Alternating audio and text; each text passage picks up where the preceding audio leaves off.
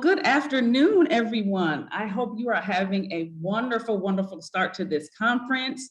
Welcome to the 22nd Central Texas African American Family Support Conference. My name is Felicia Mason Edwards, and I'm going to be your moderator for today's session. And we'll get started with Crossroads, Autism, and Mental Health. But I first want to say that we have Spanish interpretation, and I want to let Ms. Natalia talk to you about how you can access that. Hello. Hola, buenas tardes a todos. Bienvenidos a esta conferencia que se está programando para hoy.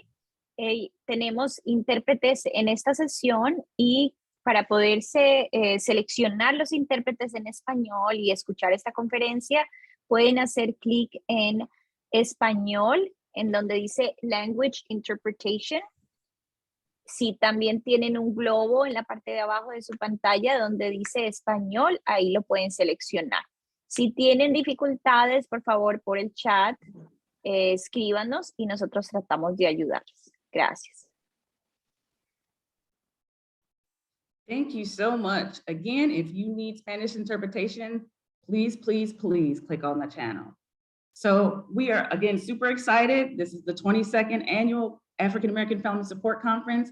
And if you have joined this session, Crossroads, Autism, and Mental Health, you are in the right place to be. So welcome. So just to get started for a little bit, we want to know where you're from. So if you can just put your name in the chat, what city you're representing. Also, I'm going to ask you two questions. One, I want to know who you have for this Sunday's Super Bowl. Which team did you pick to win for this Sunday's Super Bowl? I am super excited. I never thought these two teams would make it in a million years. So this is going to be really exciting. And then also tell me a little bit about what you guys plan to do for Valentine's Day, whether or not you have someone to celebrate with, or you are going to do some self-care by yourself. Tell us a little bit about what you are planning to do. So thank you again. Continue to keep that information coming in the chat. Again, we have a wonderful, powerful presentation for you today. Before we get started, we also want to just give a shout out to our sponsor, which is the Texas Council for Developmental Disabilities. Without sponsorship, you guys, this conference could not be possible. So we're super excited that they have been gracious enough to sponsor this event again this year. Now, also, we want to get a little bit of the housekeeping out of the way. And so, one, we want to remind everybody that this space, this is a safe and supportive space for everyone. So we ask that you continue to help us maintain a respectful and inclusive environment at all times. We also ask that you mute yourself, that if you're not talking, please again, mute yourself, because sometimes we can hear that background noise. But we want you to be interactive. We want you to share your thoughts, but we want you to use the chat function in Whova. Also, if you have specific questions, we want you to use the Q&A function in Whova as well. Later on, we'll also have an opportunity, if you're unable to use that function, to use the raise hand function as well. So please, again, use the chat function, share your thoughts, share your comments, give praise, kudos, whatever it is you want to do. But again, specifically, if you have questions, please use the Q&A function in Whova. Also, we know that sometimes these sessions can trigger different types of emotion, and that is okay. We are here to be supportive and to help support everyone. But if you are feeling a little bit overwhelmed and you just need somebody to talk to, please call 512-472-4357. Again, that is 512-472-4357. And when prompted, press 1 and then press 1 again. And then you will have somebody that will be there for immediate emotional support. Also, if you feel a little overwhelmed between sessions, you can visit our comfort suite, where you're provided a safe haven. You'll find lots of wonderful information and activities. And again, the comfort suite is in the community tab under the main navigation in Whova. So again, we understand that we're going to be talking about a lot of stuff today during this conference. And if at any time you feel uncomfortable or you just need a little support, we have multiple options for you to get that support. Next, for those of you who love surveys, and we know that you do, because we know we all get them all the time. One, there's a number of surveys that you need to be mindful of. The first is if you are registered to receive CEUs, please check the chat link. The first link is for you just to sign in and put your name stating that you are here in attendance at the session. At the end of the session and at the end of the workshop, you'll be given another link, and that is the actual CEU evaluation. So please, please click on that link, fill out the evaluation, and then once that evaluation is completed, you will be taken to another page where you can download a link to the CEU certificate. Again, so it's kind of a two-step process. In the beginning, at the start of the session, you're going to just click on the link and sign in. At the end, you'll be given the link for the evaluation. I know it works because I did it this morning. So it does work, and it is really, really super easy to use, and you get your certificate right when you click on that download. And then the third link is the actual session itself evaluation. So please, please, please, we are urging you to take time to fill out the survey, because one, you might get a chance to win a $25 gift card. And you know we could all use money right now. So that's one, but also it helps us continue to make the conference better each year. And we want to give information that you guys want to see at this conference. And lastly, I also want to let you know that we have some great conference merchandise. So be sure to check out the online store at ctaafsc.com. So Central Texas African American Family Support Conference, that's just the letters.com/shop. So please, again, help support the conference, continue to participate. And now that we've got all the housekeeping stuff out the way, let the real deal begin. So please join me in welcoming our wonderful, wonderful presenters. First, we have Ms. Nidia Heston and Adrian Heston. Next, we have Ms. Libby Banks. And then we have Ms. Kimberly, Mosley, and Ryan. So I want to just give just a little bit of information about each presenter. And again, you can find their information in the conference, on the conference speaker session as well. So first, Ms. Nidia Heston. She is an LMSW. She's also a certified family partner. Woo, woo, CFP, gotta give a shout out to the CFPs. For over 25 years, Nidia has worked with families navigating child-serving systems, including mental health, intellectual and developmental disabilities, juvenile justice, and medical communities. Her passion is supporting these families while maintaining and building their internal resiliency. Personally, she and her husband are parents to a young adult who lives with autism, ADHD, bipolar disorder, and PTSD. Born and raised in Austin, her self-care includes enjoying nature, new recipes, and old television shows. Welcome, Ms. Nidia. Next, we have Adrian, who is a young adult who lives with autism, ADHD, bipolar disorder, and PTSD. Being diagnosed at an early age with a developmental disorder, including nonverbal until age 5, he spent a lot of his life in therapies, whether it's speech, occupational therapy, physical therapy, and counseling. But now, as a young adult, he has completed his GED and works part-time at a pediatric speech clinic. He enjoys tabletop games and painting models for those games. Welcome, Adrian. Next, we have Ms. Libby Banks.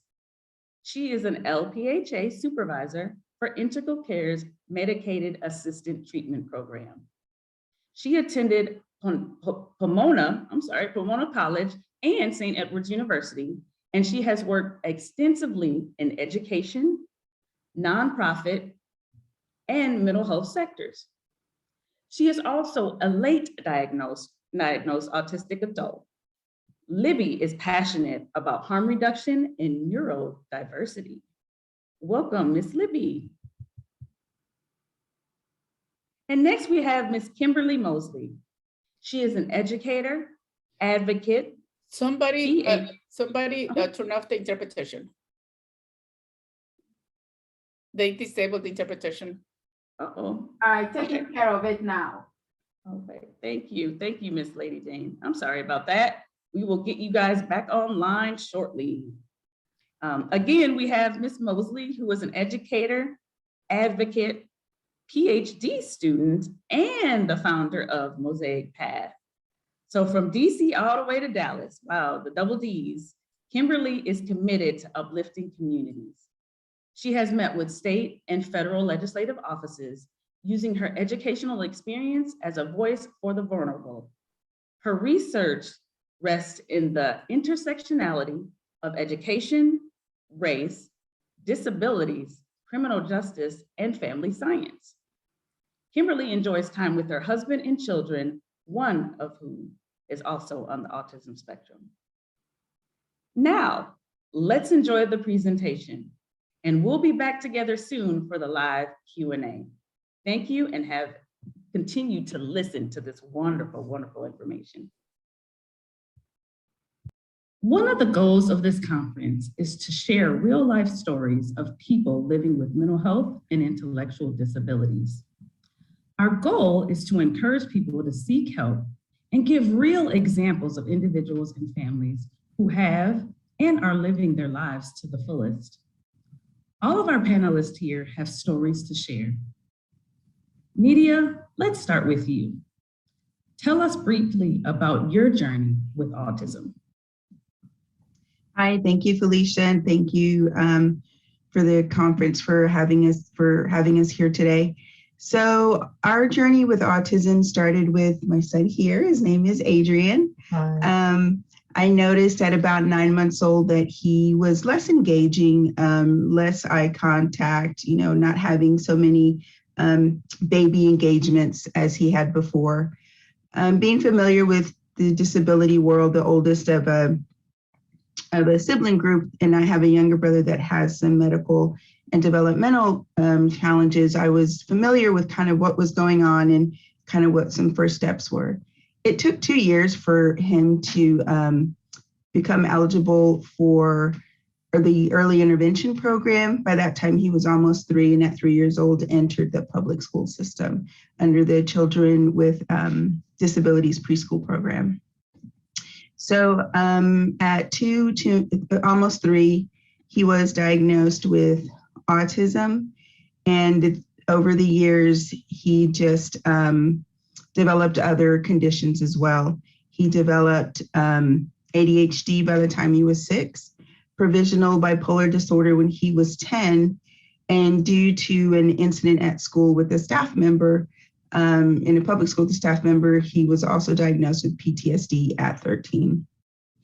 You can see here from this slide, these were the kind of the most challenging years. He was also nonverbal until he was about 5.5, right before he entered kindergarten.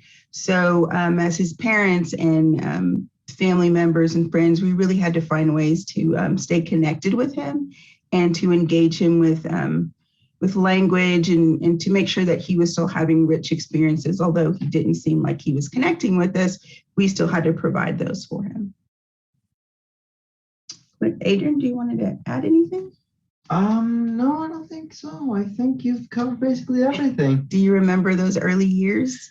I remember the latter half of it. I don't remember stuff with, being nonverbal for a good 5 years. I don't remember much of that. I feel like that I did speak then, but I just never did it in front of you. Okay. But I can't be sure of it. Right. Thank you. Thank you so much for sharing. And I know this particular topic is near and dear to my heart. One, because my daughter also has autism, and it has been definitely a journey. So we just appreciate you guys being a part of this conversation with us. Libby, can you please tell us about your experience as well?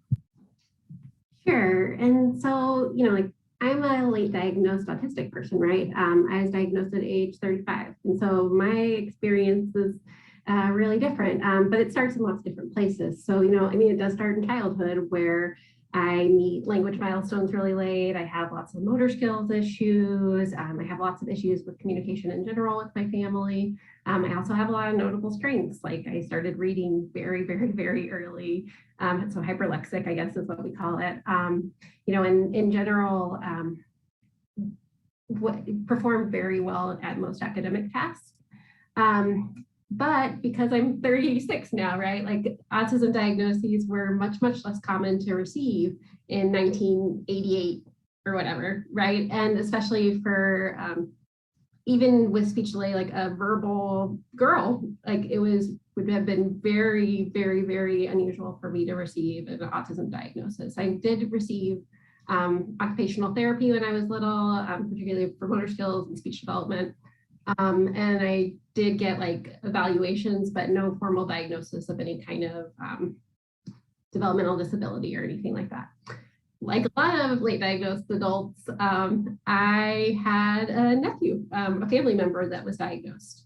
And when he was initially diagnosed at age 2, my parents initially were just like, yeah, he's just like Betsy. There's nothing going on. Like, there's nothing happening with him. He's just like the other one we had. And slowly, you know, like everyone in my family was like, oh, wait, Libby's autistic. You know, like, oh, that makes sense. And like my younger sister approached me about it initially. I was just like, no, I'm super animated and very empathetic. So there's no way, you know, had all these like myths and misconceptions about autism that, you know, were rooted in ableism and rooted in really misguided ideas about what autism actually was. And then when the pandemic started, I was working in an open office environment that was very chaotic and very bright, and I had no control over any of the sensory input that I was receiving. It was super stressful because you're a healthcare professional, and I started having meltdowns again, which I hadn't had a meltdown since I was a child, you know, and I started like having headaches constantly. And I called my younger sister, whose kiddo is autistic, and apologized profusely. I was just like, I think you're right. I think that this is a thing. Do you still think it's a thing? And she was like, yes, it's a thing. We've all talked about it. We have a family group chat about it. It's a thing. So I eventually I have good health insurance through Integral Care, which is a really big blessing. And I was able to get an adult evaluation for the cost of a copay, which is very, very unusual and a very big privilege. To be able to receive an adult diagnosis, but was diagnosed and started utilizing accommodations in the workplace. So started wearing my super cool sunglasses and my noise canceling headphones. And it's been really, really great. Awesome, thank you. Thank you for sharing your story. And Kimberly, how about you as well?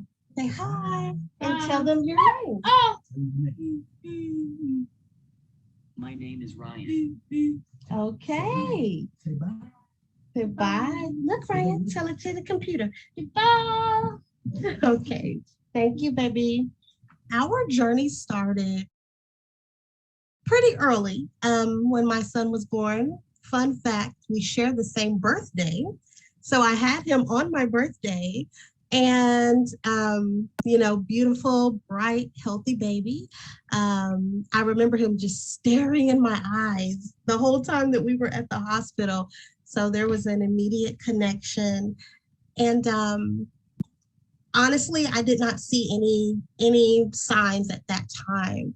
But maybe around the age of 1 and 1.5, we did start noticing that Ryan did a lot of stimming, so a lot of sensory. He was very sensory seeking.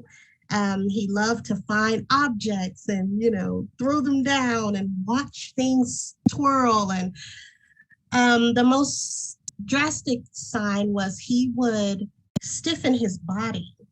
And I now know that that was sensory, but back then I did not know that. And it was a journey for sure.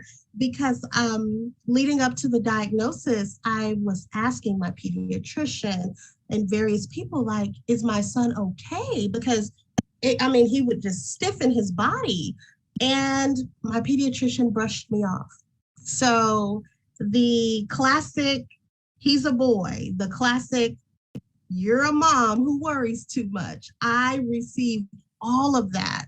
Ryan is my third of 4 children. And I am that mom that's like very involved. My pediatrician knows that. He knew that and still knows that. So the journey was a difficult one for that reason, being invalidated, being constantly told, oh, everything's fine. And everything is fine. But my son had special needs that I needed to be acknowledged. So that was a very tough part of the journey. I had a lot of sleepless nights because I became a Google doctor, and I would stay up at night and try to figure out, why is my son doing this? Because I could not get answers from the professionals. They were telling me, he's a boy and you're worrying too much. But finally, at a pulmonology appointment, because my son has asthma, the pulmonologist was pregnant with her first child. So her senses, I guess, were in tune with being a mother. And my son did his stiffening right there in her office. And I didn't physically cry, but I could feel the tears welling up in my eyes, because I'm like, here's another practitioner who's just going to blow me off. But I'm like, my son, I don't know if I hope he's not having a seizure. Like, what is going on? She was the first person who listened to me. And she did send my son for an EEG to make sure to rule out seizures. Thank God he was not having seizures. And that's how we started on this discovery that it was the sensory thing and developmental pediatrician recommendations, and then the diagnosis finally came. But there were literally months and months of me asking for help. Actually, I wanted to talk just a little bit about how this has affected your family dynamics. So how the diagnosis has affected your family dynamics, and also your careers as well. So Nidia, let's start with you again. So that's a really good question, because a lot of times we forget that how it can impact the family as a whole. I appreciate Libby sharing her story. That's a great example of how supportive a family can be. So for us, we, like I mentioned before, I was a little bit familiar being the oldest of a sibling group of 4. I was 12 by the time my mom started navigating community resources for my younger siblings. So I was familiar with therapists and, insurance and kind of all of the things that were going on. So I think pretty much people found that, oh, she'll be fine. She knows how to do all that. So it was kind of hard to find support. Because everyone figured, if you're the oldest of a sibling group, you kind of know how that goes. Oh, they've got it, they're fine. But thankfully, my spouse, my husband, is very supportive. I always joke, if I said that, we call my son Quinn as well. It's his nickname, so sometimes I'll refer to him as Quinn. If Quinn needed to chew pink bubble gum at 2:12 on Tuesdays, my husband was like, okay, tell me where to buy the bubble gum and I'll give it to him. I mean, he was that supportive. Anything that I said, well, let's try this, or, I read this, or in a support group, I saw this, he was very supportive in that way. Didn't know about that one. we gave you a lot of bubble gum. In addition, kind of like Libby, I was, I always had to look for jobs that were conducive also to caring for a person with a disability. So whether it was jobs that offered different hours, Libby also referenced health insurance. That's always been really big. We've always had to make sure we had really good health insurance. As a side note, when Quinn was first diagnosed, we couldn't even mention autism or developmental delay or speech delay for insurance. Just 15, 17 years ago, an insurance could kick you off their plan if you were even, looking for those kind of services. So we had to navigate lots of loopholes in finding how to bill insurance for his services. My career led a lot of different places. I'm now a certified family partner. in 2007, became that with our local mental health agency. And, you know, I can do that job because we've navigated mental health systems and child serving systems on behalf of my son. So that's led to a career in most recently as a licensed master social worker as well. So I continue to help parents, continue to help my son now as a young adult navigate all these different systems. And we really have to work together as a family internally to make sure that our communication is healthy, that we have healthy boundaries, and that we're also really practicing care for ourselves individually so that we can be a functioning, happy, healthy family unit for ourselves. Thank you. And I know that sometimes that can be very challenging, and it sounds like you had a great supportive system at your home as well. Libby, do you want to share some of your thoughts on that as well?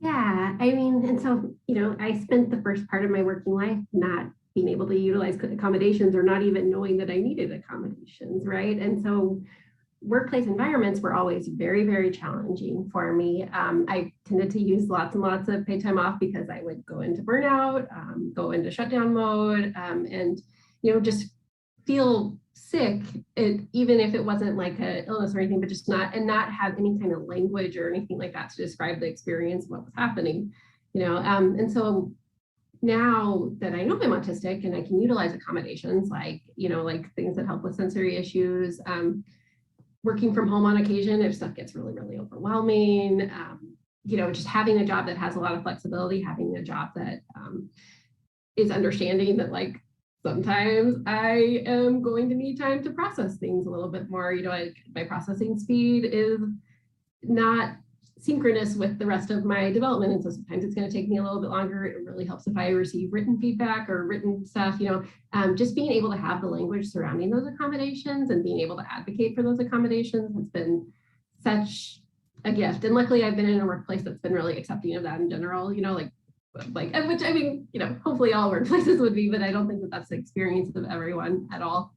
Yeah, and I mean, in general, like my family has been incredibly supportive, but the formal resources for adults in terms of like getting additional therapy, stuff like that is much more limited in a lot of ways. Like there's just not as, sometimes you hear autistic adults joke about how like autism stops at age 18, you know, like we stop receiving services and all that kind of stuff. And so I think that navigating those where there's less formal resources and it's more like, let me find a therapist that specializes in working with adults with autism, you know, like let me find all these different kind of specific resources with less of a formal centralized thing can be really, really challenging. And Kimberly, please, can you share your story as well? My family, my immediate family, my husband and my other 3 children, our family dynamic really didn't change much because we're a close-knit family. We're always together. We're always, you know, our differences, we just go with the flow. We're that type of family. So my son's diagnosis really didn't change that. However, with my like extended family or friends, there's a lot of ignorance still in the community. And so there was this, I don't want to say stigma, but there was almost like a hesitation just because of the lack of knowledge. So that part did change somewhat. But my husband and I were pretty hands-on parents, and we always have our children with us. So it's not like anything too big changed, but there was a clear indication of a lack of knowledge. That's why I'm so thankful for this conference. I know that it's definitely been challenging in my experience as well with my daughter. So it seems that a continued support in helping to navigate the systems are really what we need. And thank you for also talking about the language, like how language is important, even how to communicate. Like, what do we do? What's the language, you know, behind autism? What do I say? What are those key buzzwords? And Nidia, you mentioning also just like the whole insurance aspect, like that is key for people. And I think people don't really understand that piece. So thank you again for mentioning that as well. So just to go a little bit deeper, we kind of always hear people say, or professionals especially say that, hey, there is help out there if you just ask for help. So in terms of you guys' journey, how did you guys ask for help? And please talk about navigating systems. I know, Nidia, you talked about it a little bit already, but sometimes there's definitely more than one system to navigate. So please, can you share again about how you helped your son, kind of you and yourself really navigate those systems? Sure. I tried to write down or list all of these systems that we've been involved with, and I think I stopped writing after about 23. I couldn't remember them all. There's so many. But a lot of times you hear people say, just call this number, just email this person, just contact this person, just talk to my friend. I can't tell you how many times I heard the word just, and I was like, oh my gosh, don't just me again. You don't know what that even entails. As a matter of fact, right now I'm still trying to reach an agency, and it's been about 2 weeks, and I've been trying to reach. Every time I call, they're either busy and leave a message and all that kind of thing. So you'll see on this slide, there are a list of agencies that we've been involved with since my son was 2 years old. We've been involved with our local mental health agency, both the IDD side and the mental health side. My son's been in several different waivers. He's been in a mental health waiver. He's been part of a health impairment waiver. Finally, his name came up to the top of a list of an IDD waiver called a class waiver, which has a 12-year wait.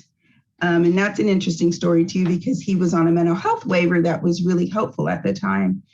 But because the IDD waiver will potentially cover him lifelong, we had to make the decision which waiver did we choose. And we had to choose the IDD waiver, although the IDD waiver does not provide any mental health services. So that's just another thing that we've had to, exactly have to deal with. He's worked with Goodwill Industries now for almost 3 years, part of their summer youth program, job program, part of their GED program. He's finally enrolled in a vocational class with Austin Community College. Yay! That took probably 9 months to cultivate that and bring that. Bloom Consulting, that was a vocational assessment organization that really helped us kind of fine tune what his strengths were and what he wanted to do and how to help us move forward. School, community, social groups, art, music, equine therapy, in addition to, talk therapy, psychiatry, speech, private school and homeschool, Texas Workforce Center. There's just so many. There I go using that word just again, right? Just so many. There are many organizations out there. You could probably make a spreadsheet out of all of them. I probably could with different tabs that are available and do have resources to assist you, but it's not just that easy. I was talking to a friend today and she said, if I could just make a spreadsheet of all the time that I've spent trying to coordinate services, it's almost a full-time job just doing that. So lots of community resources, but lots of time and effort on the part of the individual and their family trying to access those services. Can you talk a little bit about what has worked for you all, what worked and maybe what may not have worked as well? Do you want to give some input on that, Quinn? I'm not sure. How about you talk a little bit and then I'll add in. Okay. I'll be honest, pretty much every single one of those resources did have something to offer us. And quite frankly, I'm the eternal optimist. If I encounter an agency and it took me this long to get engaged with them, I'm going to find something that they can do for us. I think the financial piece of it is the main driver for us anyway. Making, those community resources are there for a reason. So really engaging with them in a way that they understand what our needs are as a family and what his goals and dreams are can better prepare us as a family to really help the agencies understand how they can be more helpful. So I will say one thing is the job opportunities and job training with Goodwill Industries. That can be very scary initially, but we started very, very young. I think maybe he was 14 or 15. About 14 or 15, yeah. And then during one of my internships, I actually had oral surgery, which had my mouth wired shut for about 2 months, if I'm not mistaken. It was Maybe. close to 2 months. Mhm. Yeah, so I worked through during that time as well. I think that was his very first one, if I'm not mistaken, or maybe it was your second year. But so, right, even we started the transition process very, very early, knowing that we were going to need time to build up some of those skills. And even while he had his jaw wired shut, he decided he wanted to continue to work and take advantage of that. So again, any agency that we end up engaging with, if I've put in the time, we're going to get something out of it. Which we almost always have. Yeah.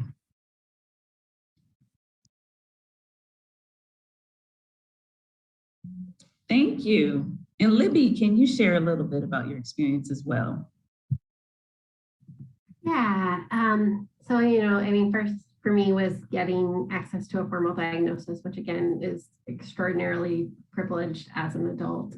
For most adults that are seeking an autism diagnosis, it's prohibitively expensive, like thousands and thousands of dollars to try to obtain a diagnosis of autism as an adult. And oftentimes insurance panels won't cover them because what services do you need? You're an adult, and so it's just a very limited access sort of thing in a lot of ways. And so, I was really lucky to be able to navigate that, to find a skilled assessor of adults that was able to take my insurance. And from there on out, it's been, for me, the biggest value in that assessment has been having more ability to advocate for formal accommodations for myself, having access to those formal accommodations if needed. My agency's been great. I haven't had to have any formal paperwork or anything like that. But if I didn't work at a place that was as understanding or accepting, that would become significantly more important. I will say peer support has been really, really, really helpful, and I think that in these times, especially with COVID and stuff, online peer support has become incredibly important. And so I've utilized that a lot. Some of it is more formal things like meetups or set groups or stuff like that. Some of it is more informal things like the actually autistic hashtag on Twitter. It varies, right? But I think for me, the biggest things for me have just been understanding myself better and reaching out to that peer support and then having access to accommodations if needed. Awesome, thank you. And I'm going to ask you the same thing.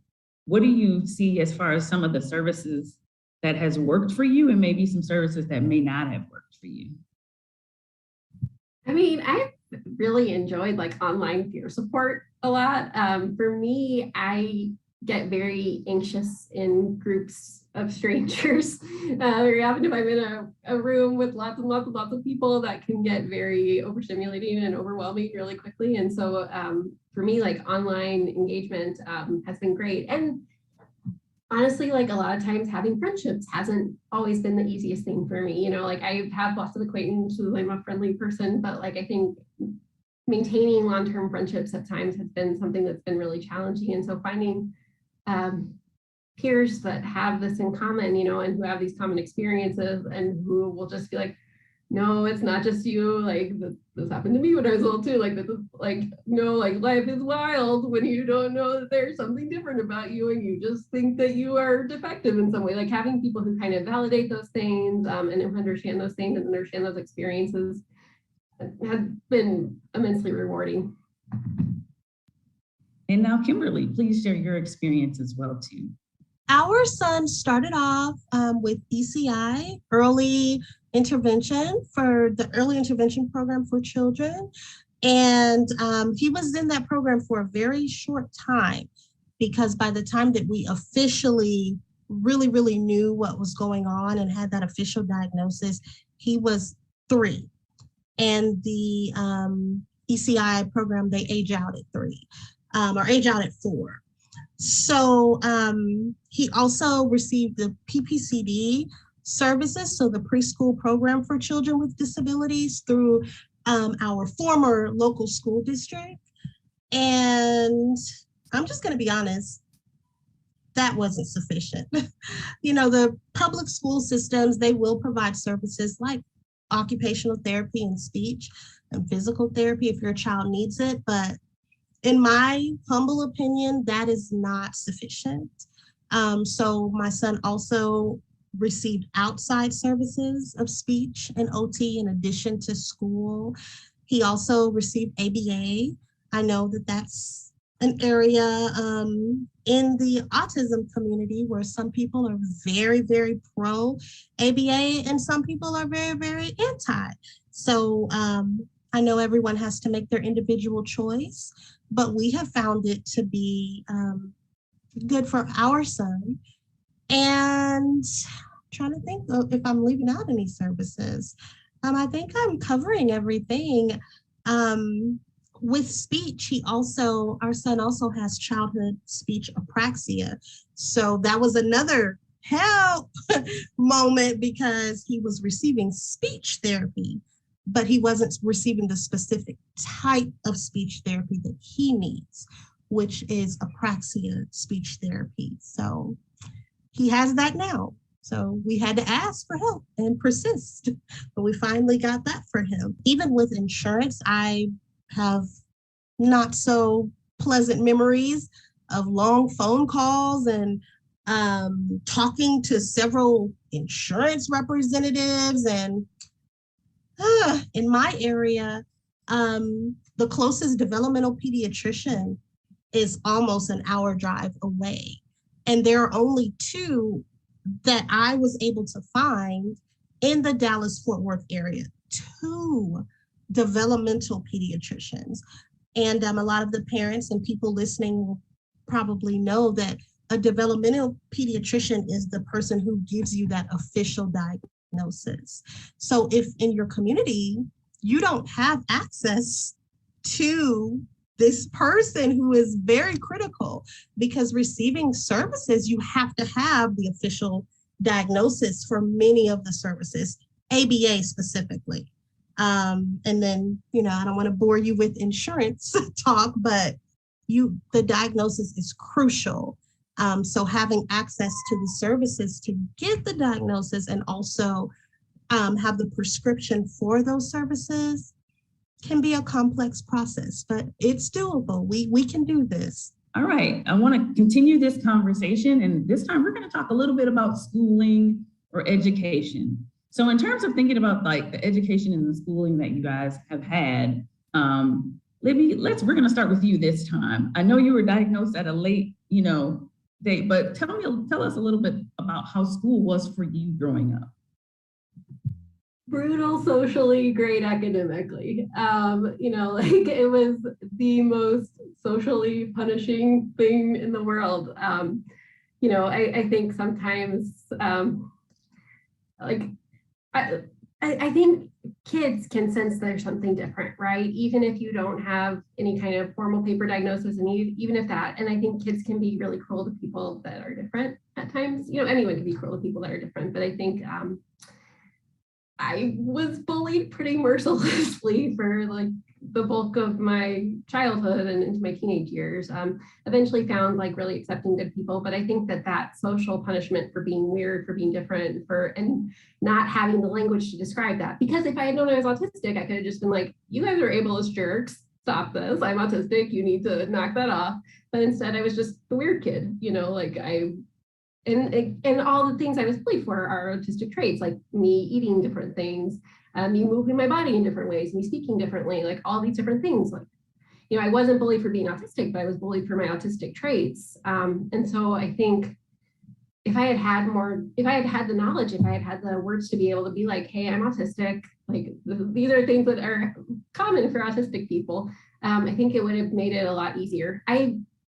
did do really well academically always. I was very much a teacher's pet. Like I really wanted to hang out with the teachers during lunch instead of hanging out with my peers. Like I always was very drawn to adults much more than I was drawn to my peers, just because I think the adults tended to be a little bit kinder at times.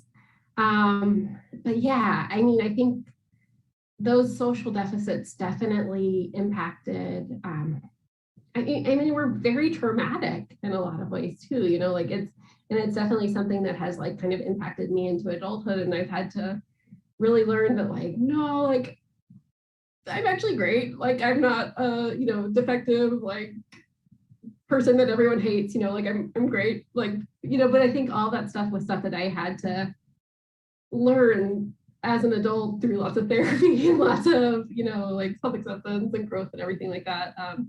And I wish, like, I don't know a single person who was diagnosed as an adult that doesn't wish they had known sooner. And I think for a lot of us, just having known that because school was so brutal for a lot of us, I think that that's a really, really big piece of it for many of us.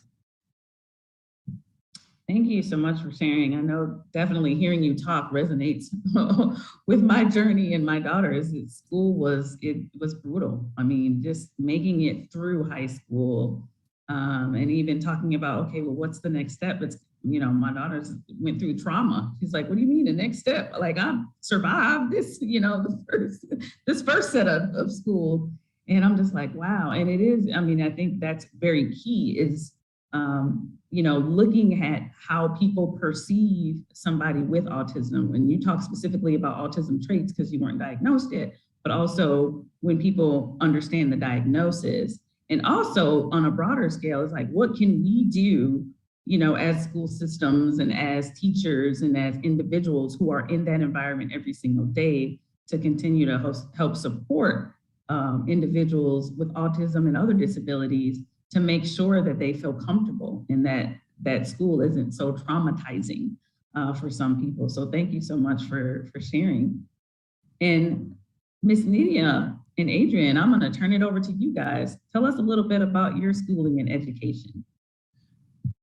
Well, it was very difficult for me, especially since we didn't really have even that much support from the school itself. I mean, I was very out there, and especially during middle school where I wasn't exactly normal at all. Like I regularly had small outbursts within the class, and I'm sure that gave some very bad perceptions of myself. And so instead of most of the time staying in the classroom, I usually spent time in a, what would it say, like some sort of class for kids that were a bit different. It was an emotional behavioral skills class. Yeah. And there was an incident that eventually didn't force us, but we just said enough's enough. We're not dealing with it anymore. And I left public school before I even had the chance to go to high school. Do you want to Wow, talk? that is, wow, thank you so much for sharing, Aiden. You want to talk about after that, what you ended up completing? After that, after we started the homeschool thing, I managed to get my GED roughly around the same time, maybe a year earlier. And right now I'm doing a course for ACC. Good, yeah. So as Quinn said, he, or like I mentioned earlier, he did start special education supports when he was 3 years old and had those all throughout his public school experience. It was really difficult to engage the school with proper supports. One thing that always sticks out to me with a child with autism, they would have different people with him all the time. And they would say, well, he needs to get used to having different people with him, like teaching assistants. And every time I'd be like, okay, do you understand the basis of autism? Like transition is bad. So that alone was the one thing that we always fought, is really having the same consistent people and people that really were helpful and with him.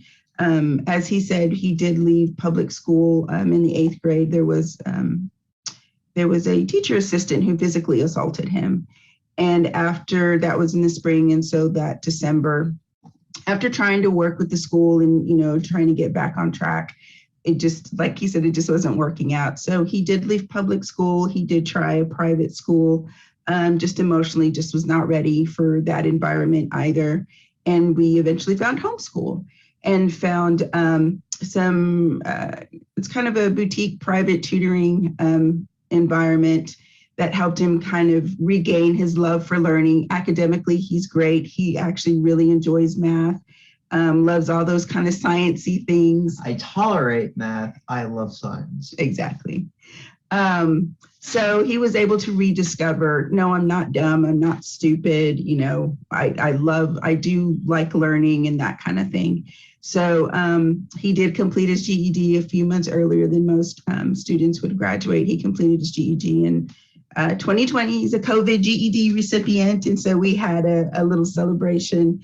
And then, like I said, did start his that vocational class for sterile processing. That's what it's called. Sterile processing, yeah. Technician at ACC. So he'll be doing 3 weeks there and then move on to clinicals. So we're keeping our fingers crossed that he passes his midterm, which he has in a couple of days. Awesome. That is such an amazing story, and congratulations. Also, Kimberly, I want to also turn it to you for you to share about the education and schooling. In the education field, when a child has a diagnosis or an IEP, there's a lot of assumptions that are made about what they can and can't do.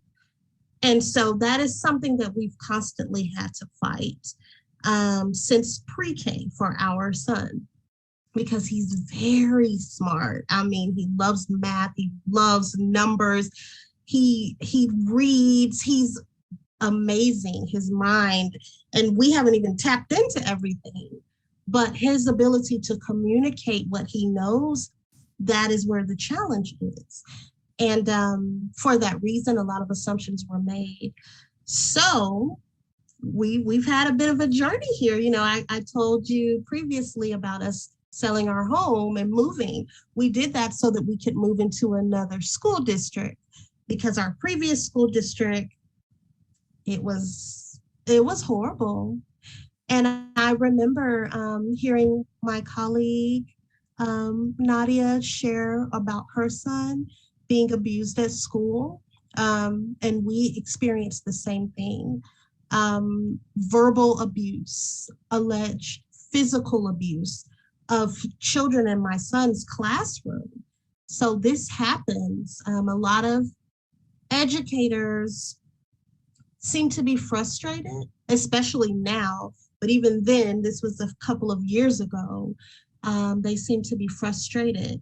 And if you have children with special needs plus frustration, that's not a good mixture. And so we were very disappointed. We went through a lot. Having to have meetings with principals, superintendents. We went through the due process procedure, if anyone's familiar with that. So I want to encourage anyone listening, don't be afraid to advocate for your child, no matter what. We have filed complaints, we've done it all, because abuse is never okay. But back to the education piece, our son is in a self-contained classroom. And so with his social skills and his communication skills, we understand. So those are adaptive skills. But with his actual academic level, he needs to be with his peers. And so that's a constant fight, because we want him to have the best opportunities, like I know all parents do.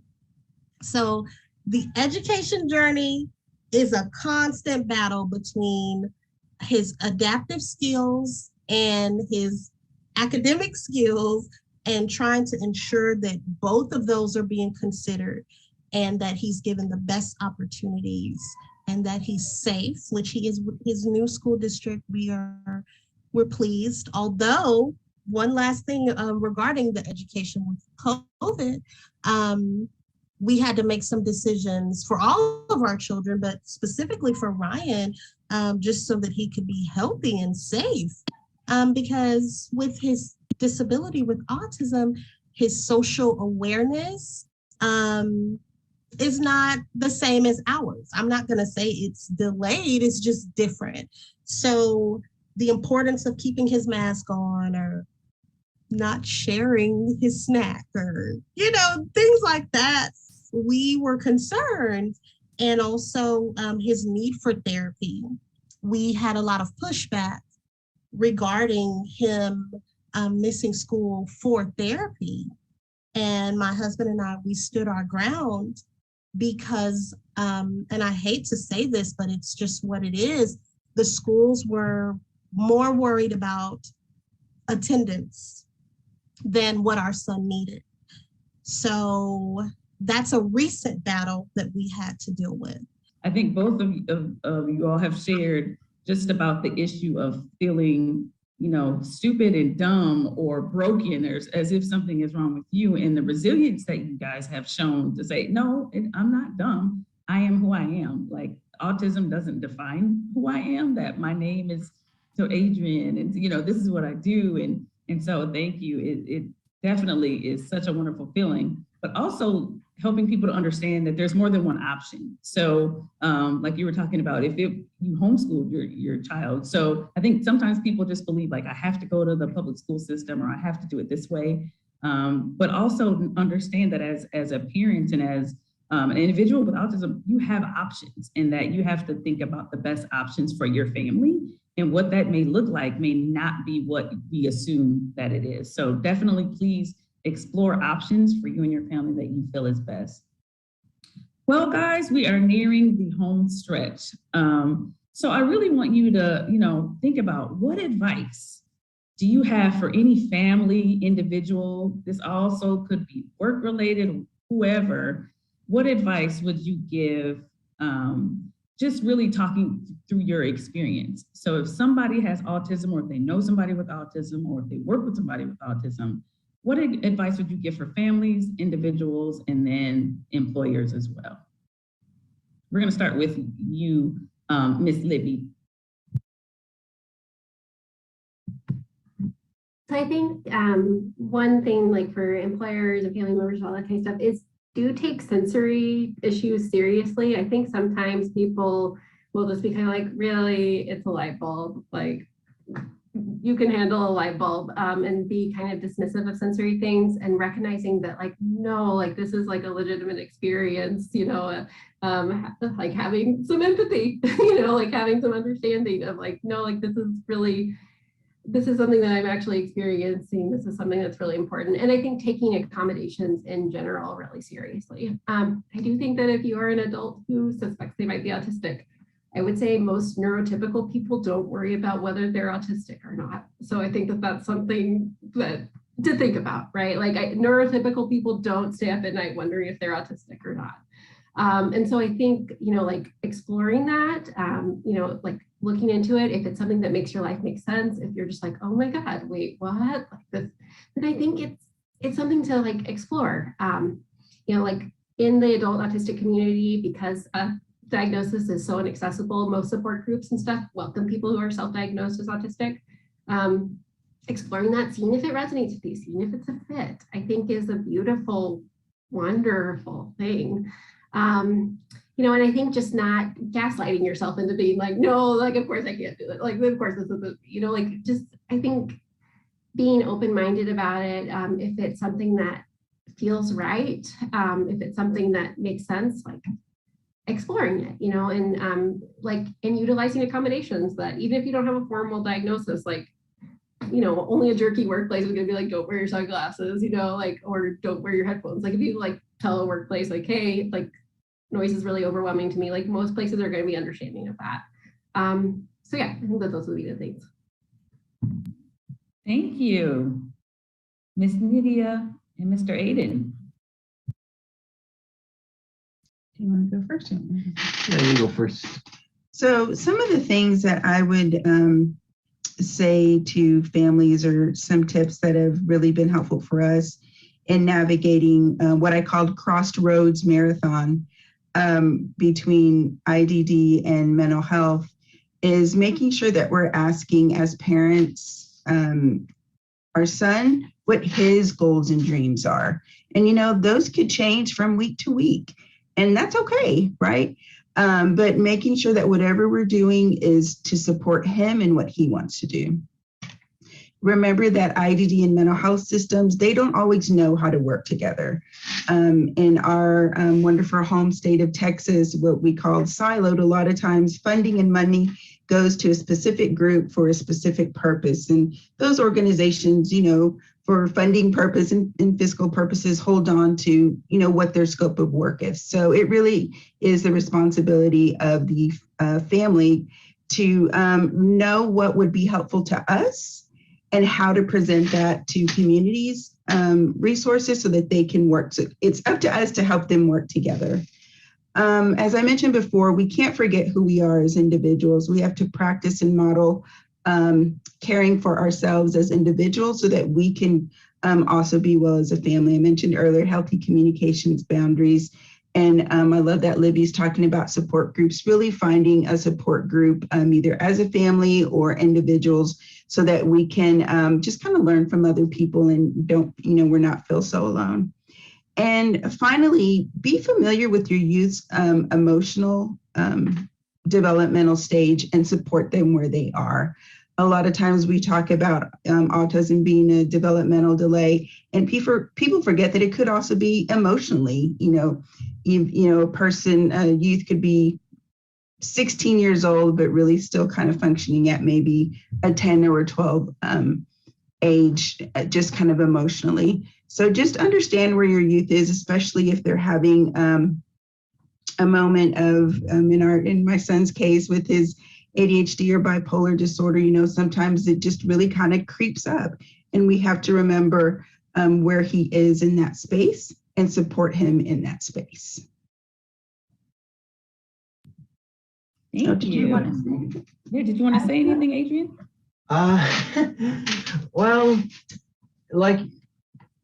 no, I don't know what to think about like adding on to that, but I will say that it can be hard to keep ourselves composed, and it can be very difficult to say, to admit either one of us or any of us saying that we can be in the wrong sometimes. But all I have to say is that when you eventually push through it, you will find that you are better off, you know, with the help that you have around you. Good. Thank you. And Kimberly. We confuse neurodiversity with defective and wrong and broken, but that is not the case. It just means different. It means that they develop different, neurodiverse. And so there's so much beauty in that. So that would be the first advice. Like when we receive the diagnosis, some of us go through like a mourning process almost, as if we've lost something and now we have something that's broken. And that's not true. That's not true. Yes, it's a challenge. Yes, sometimes we're worried and sometimes we cry, but it's still beautiful. And our children have so many victories. And oh, those victories are so sweet because we know what they have to go through. When my son has a good day or if he achieves something, I'm proud of him. And honestly, I'm proud of him intensified because I understand that in order for him to achieve whatever he's achieved, he had to overcome his sensory sensitivities, his communication challenges, his social aversions, all of that to do what he did. So understanding that your child is special and beautiful, that would be my main advice. And then to build on that, my buzzword, advocate. Advocate, advocate, advocate. We have to speak up for our children. It's our duty. It's just what we do, but never allow someone to make you feel bad about that or silence you, make you hesitate about it. No, be bold. It's okay. And if I can share one of my favorite scriptures, it talks about this, and it's in the book of Proverbs, chapter 31 and verse 8. And it says, speak up for those who cannot speak for themselves, for the rights of all who are destitute. So speak up. Speak up.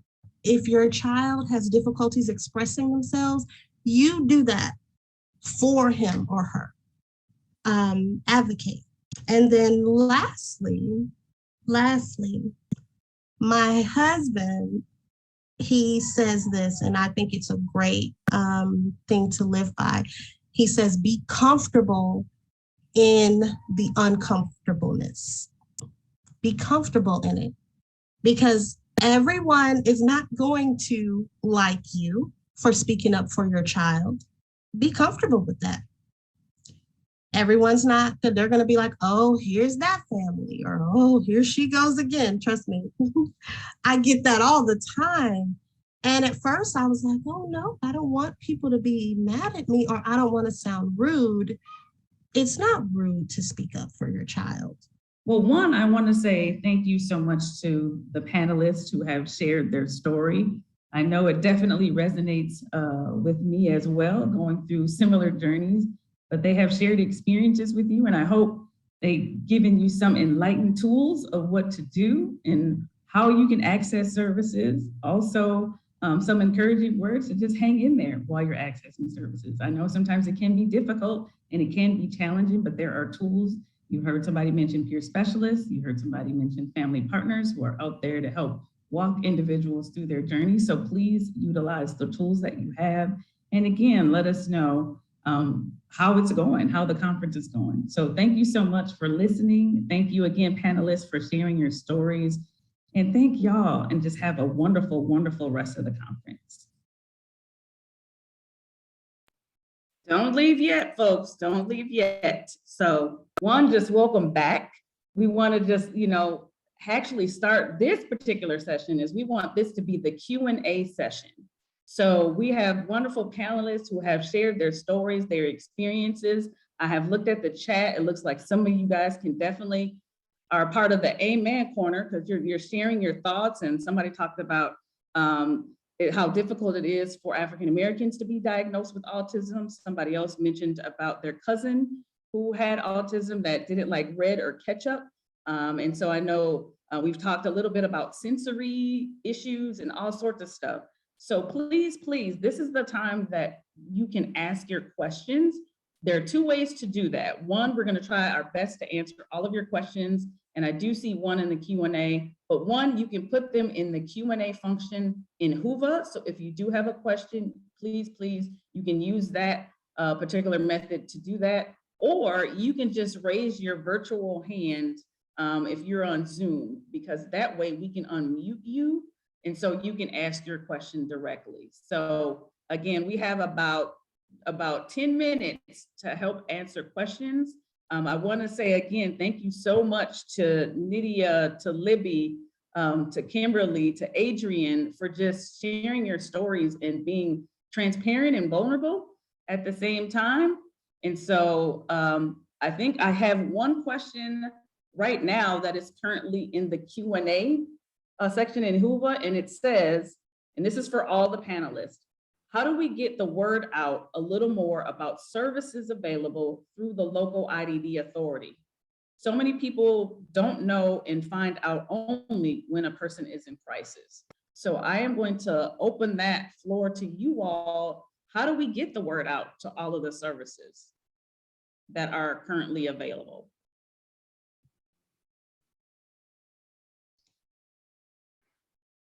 Oh, I guess I'll kind of jump in and answer right quick. Being a family partner, that's just kind of what we do is, making sure people know what community resources are, or really navigating systems. I found what's what really has been helpful is, and I don't really know who's asking this question, if it's an organization. If it is an organization, utilizing parents and peers, maybe making a video, maybe having a work group where you go out and deliver information to pediatricians' offices. That's where you're going to find your audience that you're looking for. Contacting school support specialists. I think I saw someone on here that was a school support specialist. Contacting them, developing relationships with them. I think might be the best two ways to go about that. But again, utilizing maybe reaching out to families who have utilized those services before to contact those providers. Thank you. Kimberly or Libby,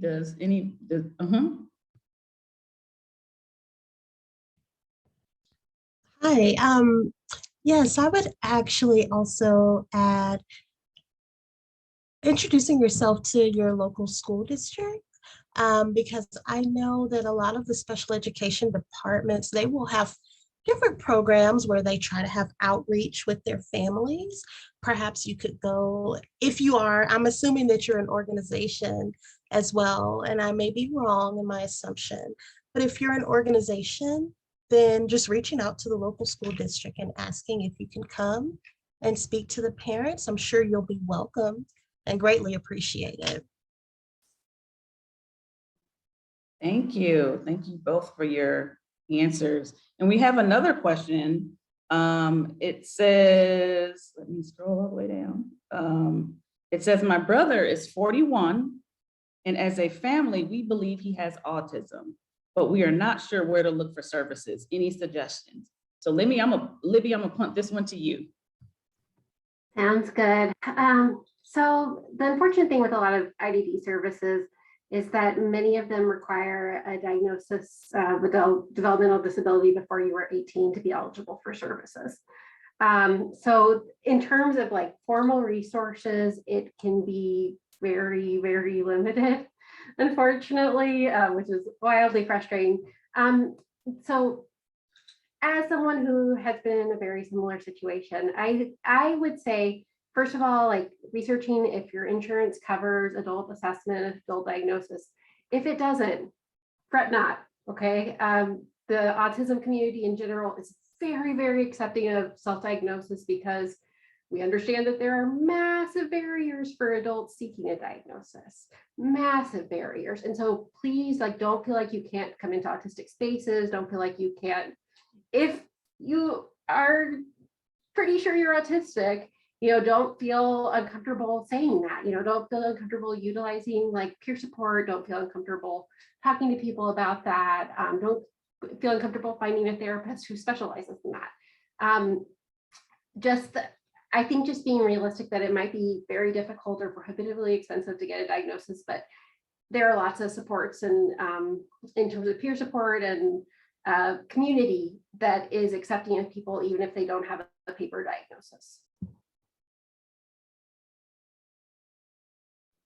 Thank you. I think that helped answer, because I believe somebody else asked, they are in Lubbock, Texas, and they were trying to find how to get an adult diagnosis as well. So I think you kind of covered that. But if there's other information that you would like to share, please share, Libby.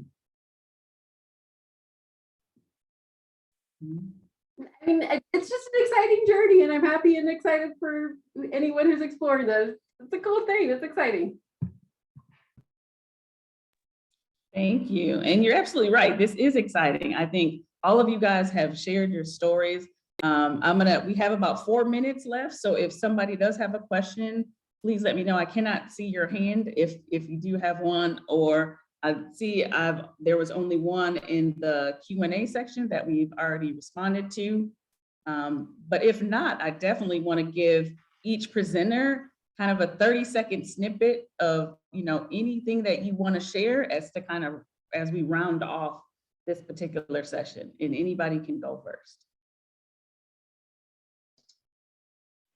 I think I saw a question in the Q&A maybe about, in our presentation, I made a comment about the IDD waiver not having mental health services, and someone asked if, to clarify on that.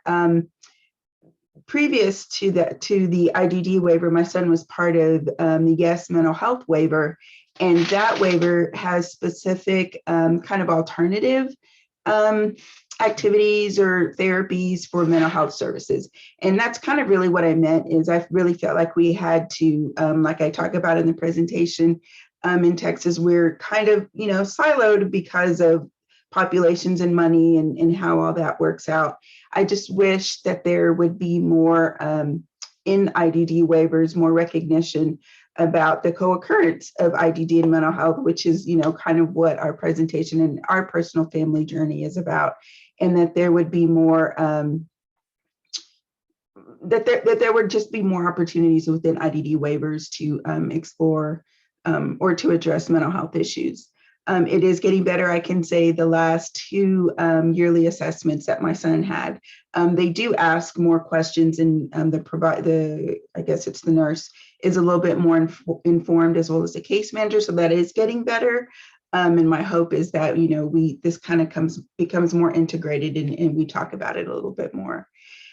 I wanted to also just quickly mention the person who was looking, possibly maybe helping their family member look for a diagnosis, maybe starting off with a neurologist even. A lot of times that's where we started off with my son, and people kind of start off with that. I think someone also mentioned, I think Kimberly mentioned, there had been screening for seizures. So sometimes we do start off with the medical community in that way, and then kind of move. They can either offer us some referrals or move through the process that way. Thank you. Well, you guys, we've come to the end, but I still want to give you your 30-second snip. Any advice that either of you guys would say to the folks that are listening? I briefly, neurodiversity and not deficit, not broken. I am working on changing my own language. If someone says, oh, your child has a disability, I'm like, he has neurodiversity. That's what he has. So that's my mission now, because that will help to change the perception from a problem focused to a strength focused perception. And that's what I would like to see. Thank you. Libby, any closing remarks? Yeah, let me just be really cognizant of, like, this diagnosis isn't a tragedy at all, at all. Like, this isn't something to be devastated about. This isn't something to feel, sad or like your kid is broken or anything like that. It's just a different way of being. And, like the world, as neurodiversity is accepted, the world will become more accommodating for folks too, And so I think just viewing it as like a neurotype, it's a different way of being, and that's totally okay. And it's a beautiful way. And often I love being autistic. And so I think just not necessarily viewing it as something to feel sorry for someone about, or something to be a source of pity or contempt or anything like that, and just a place to begin acceptance, I think, is a really nice thing. Thank you. And Nidia and Adrian. I'll start off by saying that this is a long, long marathon that kind of continues. Sometimes you sprint, but really it's just a marathon that you kind of have to keep yourself conditioned for. And I find that most of the time finding your group or finding a support group, anybody that can be in your group to kind of help you along the way. I imagine in my head people, along the way handing you water bottles or bananas or snacks or a high five. Those are kind of the people that you want to keep kind of in your sidelines as you journey on through this kind of journey, or any other kind of journey really that you are navigating with you and your family. And honestly, if you want like people to communicate with, you don't have to change like your social group. Like you don't have to go look for neurodiverse focus groups, but you can always do that, which it can help with a mindset. But honestly, if you know some people and they're just friends, just keep doing what you're doing. Thank you. Again, thank you so much to Nidia and Adrian and Miss Kimberly and Miss Libby for one, sharing your experience, but also your time.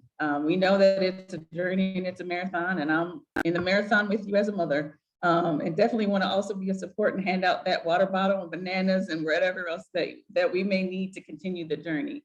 So one, thank you so much for joining us, and thank you, audience, for listening and being a part of this conversation. Just to make sure that we do kind of the final housekeeping, make sure that you take a few minutes to complete the survey. One for individuals who need the CEUs, please make sure you click on the link to do the evaluation, and then also the evaluation on the session itself. Again, thank you guys so much, panelists, and thank you guys so much, attendees, for joining this session. And I want you guys to please, please, please stay safe and enjoy the rest of this conference. Have a wonderful, wonderful afternoon.